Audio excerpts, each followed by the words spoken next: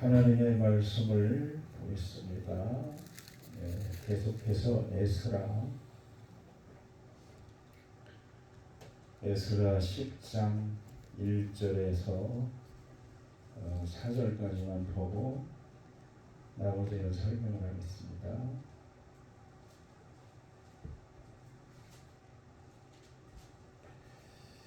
에스라 10장 1절에서 4절 함께 읽겠습니다. 에스라가 하나님의 성전 앞에 엎드려 울며 기도하여 죄를 자복할 때 많은 백성이 크게 통곡하며 이스라엘 중에서 백성의 남녀와 어린아이의 큰 무리가 그 앞에 모이지라.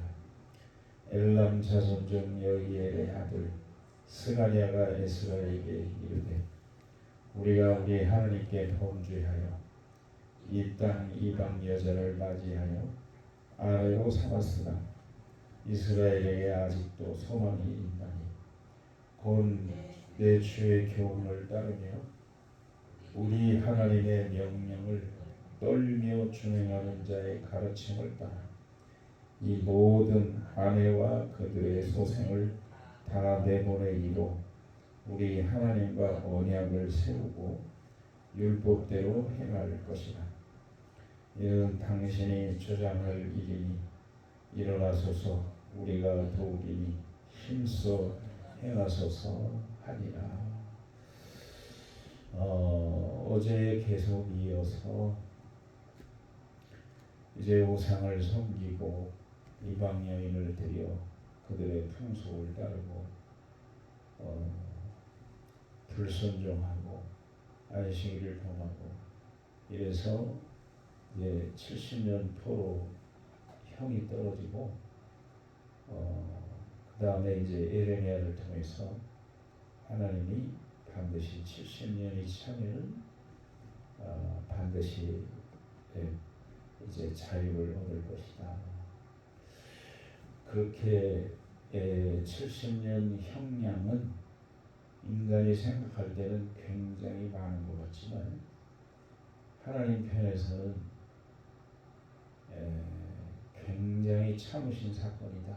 왜냐하면 레위기에서 하나님과 이스라엘 백성이 언약한 바를 어긴 것이 하나님의 백성들인데 그때로부터 형이 떨어진 게 800년에 정확한 건 아니지만은 800년에서 900년 만에 형량이 떨어진 것이고, 그리고 전에 이제 에레미야를 통해서 이런 일이 벌어질 것이라고 100년 후반에 또 경고를 해주고, 그렇게 한 결과가 이제 70년 포로 생활이었거든요. 그러니까 하나님이 얼마나 하나님의 백성들을 향한 인내가 참으심이 큰 건지를 우리가 알아야 되고, 사람들에게 그 죄를 없애기 위한 징계는 짧은 것이다. 하나님 입장에서 볼 때는. 그래서 이제 그 약속대로 하나님이 회복을 시키시는데 이제 고국으로 돌아오는 그 횟수가 3차에 걸쳐서 돌아오게 됐다. 그것도 큰 하나님의 그 생각과 뜻이 그 3차에 걸친 그 귀환, 그것도 뜻과 의미가 깊은 것이다. 이렇게 얘기를 했습니다. 왜냐하면 사람은 한 번에 되는 것이 아니고 점진적으로 또 만들어져가고 되어가는 것이기 때문에 그 1차 귀환의 목적은 어제도 얘기했던 것처럼 스룹바벨과 예수아가 주도를 해서 5만 명이 귀환을 하면서 성전 재건을 시작했다. 성전 재건 1차 귀환의 목적은 바로 성전 재건이었다는 것이고, 그 다음에 이제 2차 귀환은 본서 에스라를 통해서 신앙 개혁과 성전 예배를 재정비하는 목적이 있었다. 그때 2차 그 신앙 개혁, 성전 예배 준비를 위해서는 반드시 근본적인 문제가 해결이 돼야 되는데, 그게 뭐냐면 지금 읽은 9장과 10장의 죄에 대한 자복과, 그리고 말씀을 따라서 죄를 해결해야 되는 그 이방 여인들과 소생들을 다 내보내야 되는 쓰라린 그 아픔과 통곡의 절차를 거쳐야만 이게 사람이 죄를 멀리하게 되기 때문에 그런 아픔을 경험하게 됐다. 신앙 개혁을 단행하기 위해서 2차 포로기환이 있었고, 그다음에 3차 포로기환이 이제 바로 다음 책에 있는 내용이 뭐냐면은 느헤미야가 주도해서 성벽 재건을 하는 그러한 목적이 바로 3차 기환이었다. 이 3차 기환 때는 하나님이 주신 비전과 기도, 그리고 여러 가지 현지인들의 방해와 적대적인 자들의 방해를 극복하고 하나님 앞에 헌신하는, 그래서 성벽을 완공하는 역사가 있었다. 오늘 아침에는 그래서 이제 오늘 저녁까지도 연결이 되겠지만은 반드시 죄에 대한 자복과 통곡이 거쳐가지 않으면은 어떤 그 사람들이 생각하는 바가 이루어져도 뭐 기환이 된다고 하더라도, 기환되는 건 좋은 거 아니에요, 그죠? 기환이 된다고 하더라도 다시 반복해요. 그래서 문제인 거예요. 그 회개가 됐느냐 안 됐느냐는 다시 반복하느냐 안 하느냐, 그걸 보면 알아요. 또 반복을 하네, 그러면 회개가 안 됐구나, 이렇게 보는 걸 안타깝게 생각하는 거지. 그래서 에스라가 하나님의 성전 앞에 엎드려서 울며 기도하며 죄를 자복할 때 많은 백성도 크게 통곡하며 이스라엘 중에서 백성의 남녀와 어린아이의 큰 무리가 앞에 모여서 우리 하나님께 범죄를 해서 이 땅 이방 여자를 맞이해서 아내로 삼았으나 이스라엘에게 아직도 소망이 있으니, 그러니까 우리의 하나님 백성들의 소망은 다른 것이 아니고 하나님과 단절되게 하는 문제들, 하나님과 단절되게 했던 문제들을 제거하는 거예요. 그러니까 아픈 거예요. 어떻게 그 같이 살던 여자하고 자녀들을 어떻게 내보내요? 마치 이스마엘이 아브라함이 생각이 나는데, 인위적인 방법은 한번 같이 하세요. 반드시 아픔을 겪는다. 그러니까 조심해야 돼요. 용서는 받아도 조심해야 돼요. 그래서 결심을 하게 만드는 거예요. 에스라가 이제 어제도 그 내용을 봤지만은 7장 10절을 한번 보세요. 이게 이 마음이 중요하단 말이에요. 지도자도 그렇고 백성들도 그렇고 똑같은 거예요. 자, 7장 10절에 보면은 이러한 단호한 마음이 있어야만 되는 거지, 그냥 되면 되고 안 되면 안 되고 그러면 이제 평생 이제 그 반복을 하다가 주님의 사명도 감당하지 못하고 끝나게 될 위험성이 있다. 7장 10절에 같이 읽겠습니다. 시작.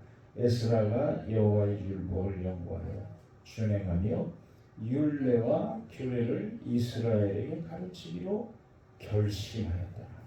무슨 생각이 나는가 하면, 이렇게 결심한다는 이게 무서운 말이에요.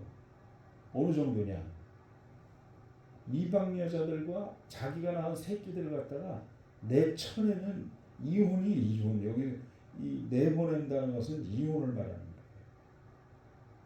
그러니까 죄에 대한 그 결별을 그런 정도로다가 결심하도록 본인도 통곡을 하고 백성들도 통곡을 하고 그 결과로서 그렇게 단호한 조치를 하기로 결심할 때 하나님이 도와주신다.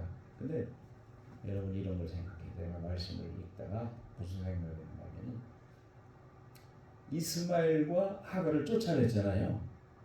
근데 아버지 아브라함이 죽을 때는 와서 초상을 다 치러요. 이스마엘도. 그런 의미가 있는 거예요. 여러분 하나님은요 자비하신 분이에요.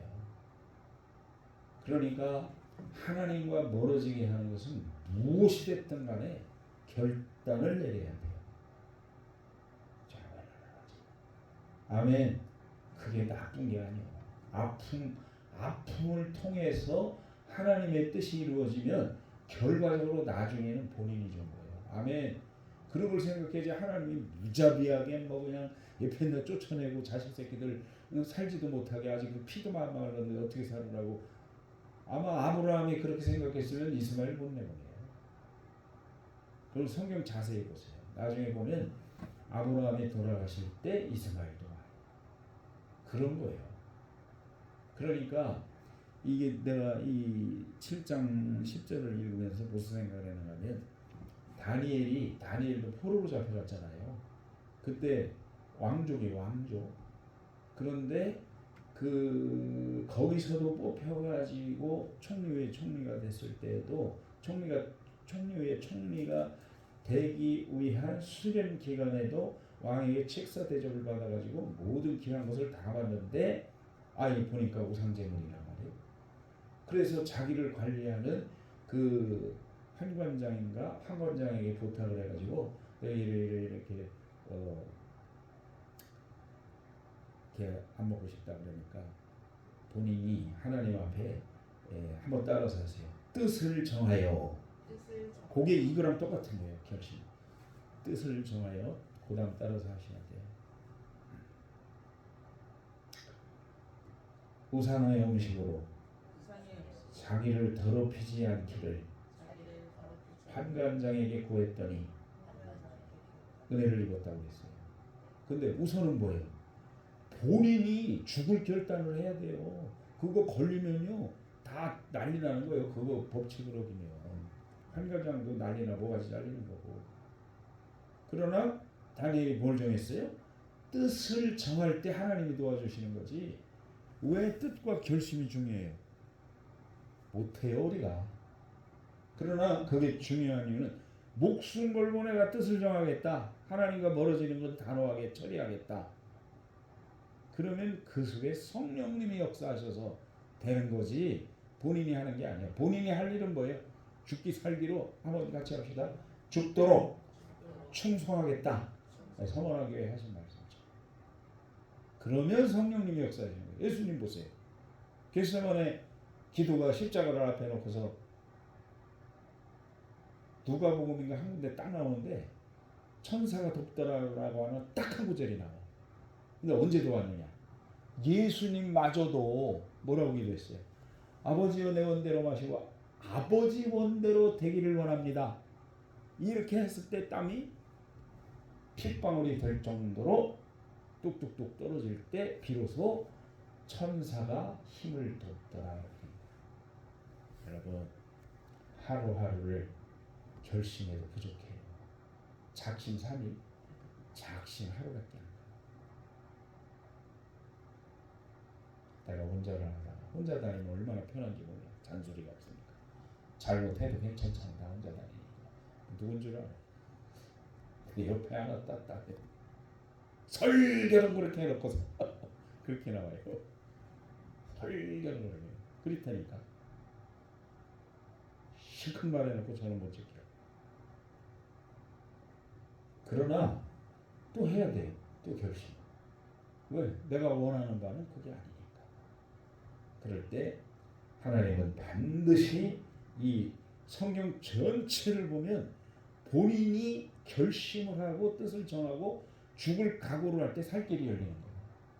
다니엘도 마찬가지고 사드락과 메삭과 아벤네고도 마찬가지고 다 똑같아요. 뭐 아브라함은 안 그랬습니까? 아브라함도 죽을 각오하고 갔다가 바치잖아요. 거기다가 그렇게 하니까 하나님은 그 후속 대책으로 대책을 이러면 이게 여기 중요한 말씀이 있잖아요. 몇 절에 있더라? 떠는 사람 하나님의 말씀을